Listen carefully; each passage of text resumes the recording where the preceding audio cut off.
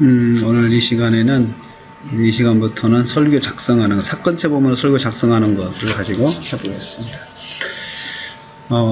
이렇게 설교 개요가 나오면 이제 설교 개요를 가지고 강화체처럼 설교를 이제 내용을 채워야 되는 거죠. 그러니까 설교 내용을 채운다고 하는 것은 이 틀에다가 살을 붙이는 거예요. 틀에다 살을 붙이는 거죠. 그래서 우리 문맥으로 설교를 준비를 하려고 그러면 먼저 틀을 만들어야 된다는 거예요. 설교 틀을 만들어야 되고, 그리고 틀을 만든 다음에 틀에다 살을 채우는 일을 하는데, 그것을 설교 작성, 해석, 또 해석 묵상 이렇게 이야기를 해요. 그래서 틀이 나오지 않으면 사실은 설교하기가 힘들죠. 틀이 나오지 않으면. 그래서 틀을 만드는 것이 1단계, 2단계까지고, 틀은 본문이 가지고 있는 말씀의 틀이에요. 본문이 가지고 있는 말씀의 틀을 짜는 거죠. 틀을 짜는 거죠. 그런데 이것이 가장 기본적인 틀이에요. 이 틀만 나오는 게 아니거든요. 가장 기본적인 틀인데, 사건체에서는 이 틀을 인물의 관점에서 틀을 작성을 합니다. 그래서 예수님의 관점하고 제자들의 관점이 있어요. 그리고 또 만든다면 사람들의 관점이 있어요. 사람들, 아이의 부모들이겠죠. 그리고 아이들의 관점이 또 있겠죠. 그렇죠? 아이들의 관점이 있겠죠. 그래서 이걸 가지고 어린이 주일에 설교를 하게 될 때 아이들의 관점에서 설교를 해보는 것도 참 좋을 거예요. 보통 이걸 가지고 어른들의 관점에서 하잖아요. 사람들의 관점이잖아요. 그러니까 부모들이 자녀들을 예수님께 데리고 나와야 한다, 이렇게 또 할 수 있죠. 관점에서는. 그런데 또 예수님의 관점에서는 어린이들을 축복하기를 기뻐하시는 예수님인 거죠. 예, 어린이들을 똑같이 대우하는 거죠. 그래서 이제 그걸 놓고 실제로 우리가 틀만 가지고 설교를 그냥 생각하는 거하고 실제로 내가 작성을 해 나가면은 전혀 내용이 달라져요. 그래서 우리가 항상 본문을 보면, 내가 항상 익숙하고 많이 읽은 본문을 접할 때 더 조심해야 되는 게, 내가 실제로 들어가서 하나하나 묵상하는 거하고 내가 그냥 눈으로 느끼는 것은 차이가 크다. 정말 차이가 크다는 거죠. 저는 이제 사건체 설교를 작성하면서 항상 느끼는 게 그거예요. 내가 그냥 본문을 보면서 생각하는 거하고 실제로 하나씩 묵상하면서 본문을 깨닫는 것은 차이가 너무 크다는 거예요. 그래서 선입견을 가지면 안 된다는 거예요. 항상 설교자는 선입견 가지지 말고, 또 말씀을 들을 때도 선입견을 가지고 듣지 말고 그냥 말씀을 말씀대로 들어야 돼요. 그리고 그러려면은 설교자가 성경을 성경으로 전하는 습관을 가지고 있어야 되겠죠. 그래서 성경을 성경으로 전하는 습관을 가진 설교자로부터 말씀을 듣는 사람은 참 복이 있는 거예요. 복이 있어요.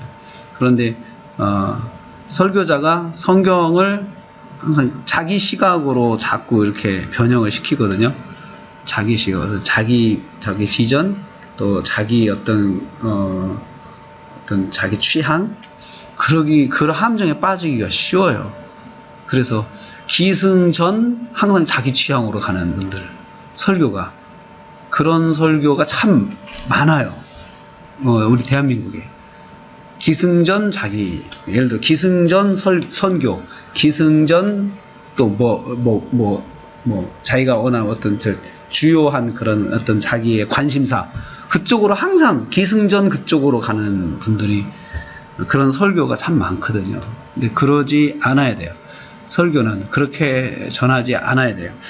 그런데 우리가 이제 그런 설교를 많이 익숙하고 있어요. 자, 한번 보겠습니다. 이 틀이 일단 이렇게 나왔으니까 이 틀에서 설교를 하려면 어떻게 해야 되느냐. 여기서 이제 먼저 서로는 제목을 설명한다는 원칙은 똑같아요. 그렇죠? 그런데 사건체는 여기서는 이제 예수께서 어린아이들을 축복하셨다라고 이야기를 하죠. 근데 여기서는 예수님이 축복하셨다는 것이 먼저 이제 묵상이 돼야 돼요. 오늘 예수님은 자 보통 이제 예수님이 누구신가라고 이제 강화체에서는 시작하잖아요. 주어부터 해가지고. 근데 사건체에서는요. 처음에 이제 이건 연속 강의라는 것을 전제로 하고 처음에 예수님에 대해서 계속 지금 10장 정도 왔으니 계속 예수님 누구신가 할 필요는 없잖아요. 그렇죠? 그렇기 때문에 연속 강의에서는 중복되는 부분에 대해서는 과감하게 생략하고 넘어가는 거예요. 여기서 예수님 굳이 말할 필요가 없어요. 처음 같은 경우는 모르지만 또 특별히 어떤 장면이 전환되는 경우라면 예수님에 대해서 추가적인 정보가 필요하지만 여기서는 그럴 필요가 없죠. 예수께서 축복을 하셨어요.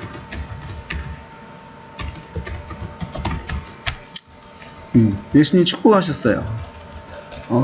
근데 축복하다는 말이 무슨 뜻이냐 하면 여기서 이제 봐야 되겠죠. 흔한 거지만 또 봐야 돼. 축복하다는 말은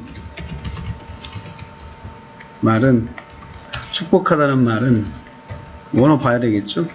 그쵸? 원어 보고 원어 사전 정리를 해야 되겠죠.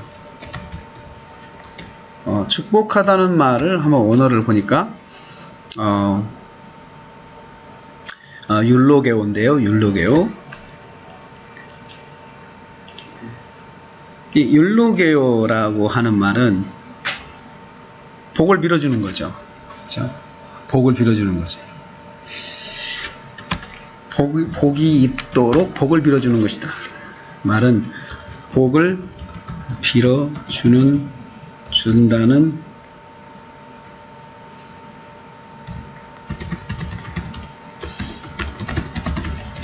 복을 빌어준다. 그러면은 이제 예수님이 복을 빌어준다 그러면 성경에서 말하는 그 복이 이게 무슨 말일까요? 복을 빌어준다는 것이 무슨 뜻일까요? 그러니까 예수님께서 복을 빌어주시는 거하고 우리가 어떤 사람들이 복을 빌어주는 거하고는 차이가 있죠. 예수님이 가지신 복의 개념이 있잖아요. 그렇죠? 그래서 이 복이 다시 말하면 마태복음 산상수훈 5장에 있는 복을 말합니다. 저는 그렇다고 봐요. 예수님이 일단 복을 빌어주셨다고 한다고 하면 예수님이 가지고 있으신 복은 저는 복 있는 사람, 이러이러한 사람은 복 있네. 팔복에서 말씀하고 있는 이 복을 말하죠. 거기서 복이라고 하는 것은 거기서 복의 개념이 나오거든요. 거기서 복의 개념은 거기 이제 복의 개념 마태복음 5장의 복의 개념은 심령이 가난한 자는 복이 있나니 해서 쭉 나오지만 심령이 가난해야 된다 이런 걸 말하는 게 아니고 거기서 말하는 복이 있나니라고는 복이에요. 복의 뜻을 거기서 찾아가는 거예요. 그렇게 하고 나서 그런 것이 있기를 빌어주었다 이런 거죠. 그러면 마태복음 5장에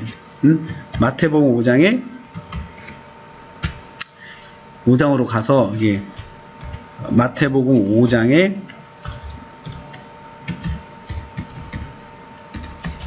복을 보자. 이걸 봐야 돼요. 개념은 마태복음 5장 2절 말씀. 입을 열어 가르쳐 가라사대 복이 있나니 여기 복이 있다고 하는 마카리오스거든요. 마카리오스는 최고의 행복, 최고의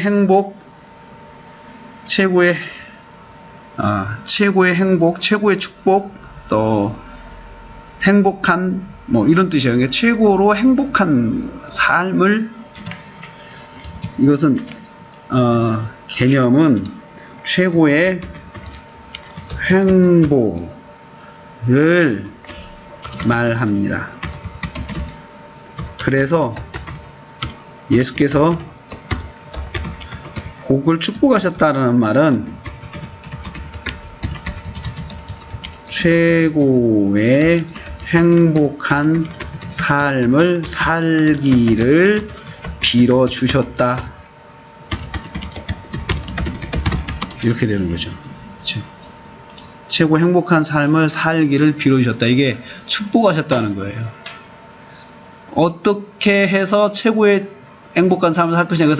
그것은 산상수훈에 있는 것을 묵상하면 돼요. 그런데 예수님께서 심령이 가난한 자가 되고 이렇게 말씀하신 것이 아니고, 그렇게 말씀하신 것이 아니고, 그냥 이 아이들이 최고의 행복한 인생을 살게 해 주옵소서 이렇게 한 거죠. 그렇죠? 빌어 주셨습니다.